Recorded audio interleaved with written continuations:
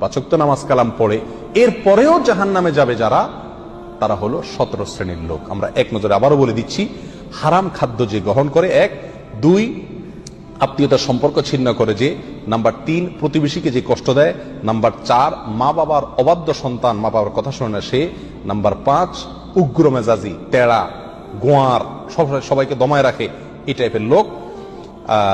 Number 6 অধীনস্থদেরকে, প্রজাদেরকে, যে সমস্ত শাসকেরা, যে সমস্ত রাজারা, যে সমস্ত রাষ্ট্রপ্রধানেরা, সরকার প্রধানেরা বা যে যে লেভেলে আছে সে তার প্রজাদেরকে ধোঁকা দেয় যে তারা। নাম্বার 7 অন্যের সম্পদকে অন্যায়ভাবে আত্মসাৎকারী ব্যক্তি। নাম্বার 8 উপকার করে কারোর খোঁটা দেয় যে ব্যক্তি, সে জান্নাতে যাবে না। নাম্বার 9 চগলখোর ব্যক্তি জান্নাতে যাবে না, মানুষের পিছনে কথা লাগায় বেড়ায় একজনের আরেকজনের কাছে। নাম্বার 10 অন্যকে নিজের পিতা হিসাবে, নিজের বাবাকে না বলে, পরিচয় না দিয়ে অন্যকে নিজের বাবা হিসাবে, পিতা হিসাবে পরিচয় দেয় যে ব্যক্তি, সে। নাম্বার 11 গর্ব এবং অহংকার করে যে ব্যক্তি, যার মনের ভিতরে অহংকার আছে, সে জান্নাতে প্রবেশ করবে না। নাম্বার 12 রাসূলুল্লাহ সাল্লাল্লাহু আলাইহি সাল্লামকে যে ব্যক্তি ফলো করে না, তার নির্দেশকে মান্য করে না, সেই ব্যক্তি।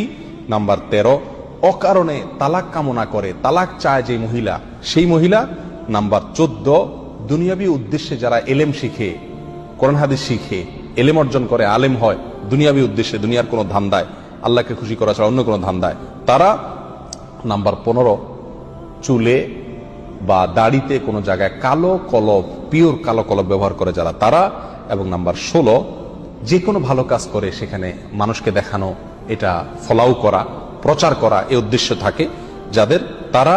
নাম্বার 17 ওয়ারিশকে বঞ্চিত করে তার হক থেকে, এরকম অভিভাবক। এই শ্রেণীর লোকেরা মুসলমান হয়েও জান্নাতি হতে পারবে না। আল্লাহ তাআলা আমাদের সবাইকে এই দুর্ভাগাদের তালিকা থেকে আমাদের নামগুলোকে বের করে আনার তৌফিক দান করুন। চেষ্টা করব এই 17 শ্রেণীর কোনোটিতে যাতে আমার নাম না থাকে, এটাকে টাঙায় রাখবো, ঝুলায় রাখবো লিস্টটাকে, এবং আমার ভেতরের কোনো পয়েন্ট আছে কিনা সেটা দেখে যাচাই করে সেখান থেকে নিজেকে বের করে আনবো ইনশাআল্লাহ। এরপরে আল্লাহ সুবহানাহু ওয়া তাআলার কাছে জান্নাত চাইতে পারবো, আশা করতে পারবো জোরালো ভাবে। আল্লাহ সুবহানাহু ওয়া তাআলা আমাদের সবাইকে আখিরাতে কিয়ামতের দিন একেবারে ফার্স্ট চান্সে, প্রথম চান্সেই জান্নাত যেন আমরা লাভ করতে পারি, জাহান্নাম থেকে মুক্তি নসিব যেন হয়, সেই তৌফিক দান করুন।